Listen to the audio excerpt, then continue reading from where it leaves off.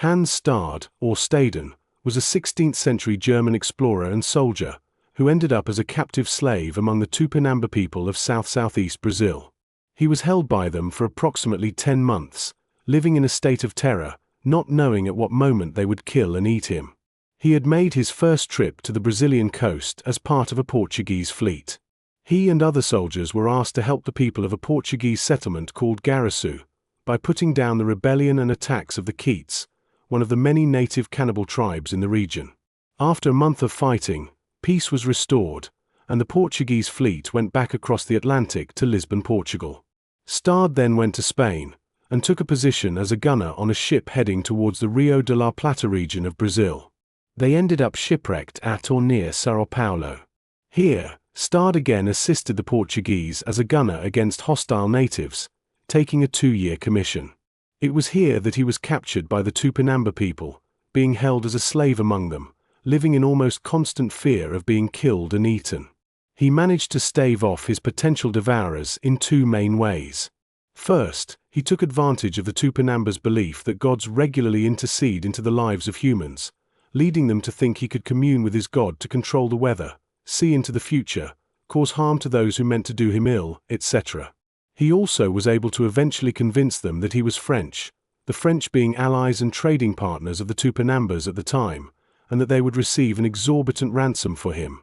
This large ransom was eventually received from a visiting French ship, freeing him from his horrible bondage.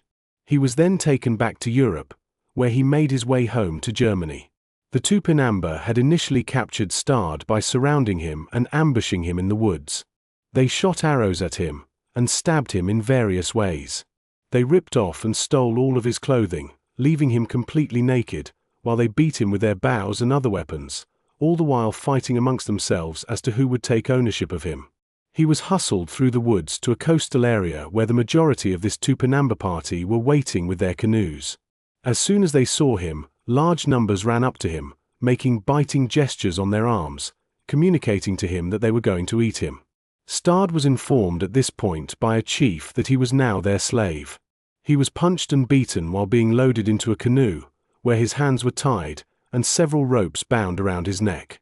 The Tupinambas involved in his capture continued fighting over him, until their king, or head chief, claimed temporary ownership of Stade.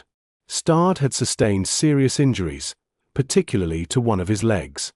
It was a 3-day trip back to these Tupinambas' village. On the first night, they made a temporary stop on land, where, unable to walk, Stade collapsed onto the ground, and began singing a psalm while crying, as the Tupinambas cruelly laughed and mocked him. When they camped for the night, Stade was put into a hammock tied to a tree, while his captors all lounged around him, mocking him, calling him their bound beast. When they arrived at the village, they all walked past Tupinamba women working on mandioca plantations. The men forced Stade to say to these women, "Your food has arrived." He was then left with the village women, who sang their customary, pre-cannibal feast song, while punching him and pulling on his beard. They put him in a hammock inside a hut, where a steady stream of women came in, violently striking him and telling him how they were going to eat him. It so happened that not long before Stade's enslavement, the uncle of 2 brothers who had been the main ones responsible for Stade's capture had given them a captive slave to eat. These 2 brothers reciprocated by giving Stade to this uncle. This was a custom among the Tupinamba, and most likely other cannibal tribes in the region, to show quote-unquote kindness to each other, by giving gifts of slaves to one another to eat. Stade was next led to a space in front of a hut where the village idols were kept. The women then performed a ritualistic, pre-feast dance around him. Stade had a terrible toothache that kept him from eating very much for a time. During this period he was threatened that if he didn't start eating and getting fat and plump, that they would eat him immediately. He was later taken to a different village to see the king of these Tupinambas, Konyang Bibi. Arriving at this village, one of the first things Stade laid his eyes upon were 15 heads on stakes, enemies of the Tupinambas who they had eaten. Konyang Bibi's son had Stade's legs tied in a way to where he had to hop in order to move. The Tupinambas found this hilarious. They forced him to hop around among the huts as they mocked and laughed, saying, "There comes our meat hopping along." This was a regular, customary way that they treated their slaves. They forced him to sing, upon which Stade sang some spiritual songs. They asked him what the lyrics meant, and he told them that they were in reference to his god. They told him that his god was Tuia, the Tupinamba word for filth. During his captivity, Stade went to speak with Konyang Bibi, pleading that he would sell him to the Portuguese. Bibi refused, remaining obstinate that he would be eaten as Stade pleaded for his life. Bibi had a large basket full of human meat in front of him. He took a large bite out of a leg from the basket, and held it before Stade, asking him to eat some. Stade replied that the lower animals rarely ate their own kind, and that it was despicable for humans to do so. Bibi took another ravenous bite out of the leg, and said, "I am like tiger animal, or, a jaguar am I, it tastes well." During his 10-month captivity, Stade was able to observe and learn a fair amount about the Tupinamba people. When natives from other tribes ran off to them for any reason, they were made into slaves.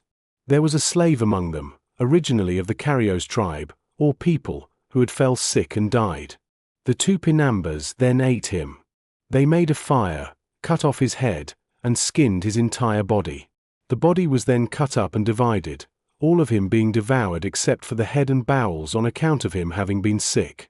Human hands were considered to be a delicacy among the different cannibal tribes in the region.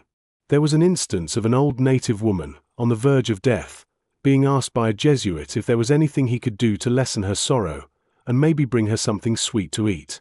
She sighed in dismay, saying that the only thing that would make her happy were the hands of a tender little Tapuya boy, but there was no one who would go out and kill one for her.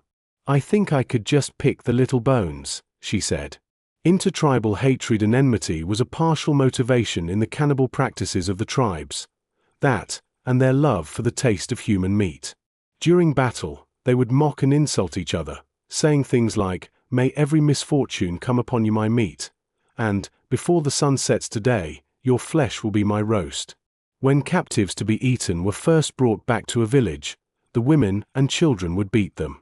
They would be given a woman who took care of them in their captive slave state, even having sex with them. These same women would partake of some of the flesh of the captive they cared for when they were eventually killed and feasted on. If these women became pregnant from their intercourse with the captives, the child was reared until a certain age, when it was then killed and eaten, the flesh of children being a particular favorite. When a slave or captive was about to be killed and eaten, a fire was first made in front of them. They were then shown the weapon that was to bring about their demise, a club ornamented with feathered tassels.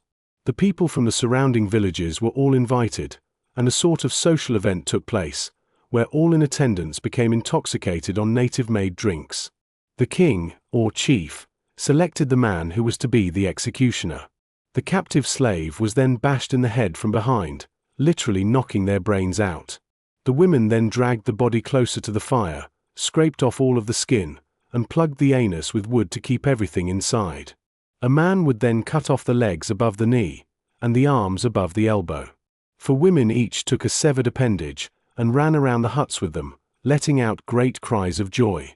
The torso was then cut in two, vertically, one piece having the back and glutes on one side, the other piece having the chest, abdomen, etc. on one side. These pieces were then divided up. The women kept the entrails, and boiled them, making a broth. The women and children drank this broth, and ate the bowels and flesh from the head. Children ate the brains, tongues, and whatever other little bits were edible. After the initial feasting, the natives all took home their share of what was left. Stade witnessed this tedious, horrifying process many times, before procuring his almost miraculous release.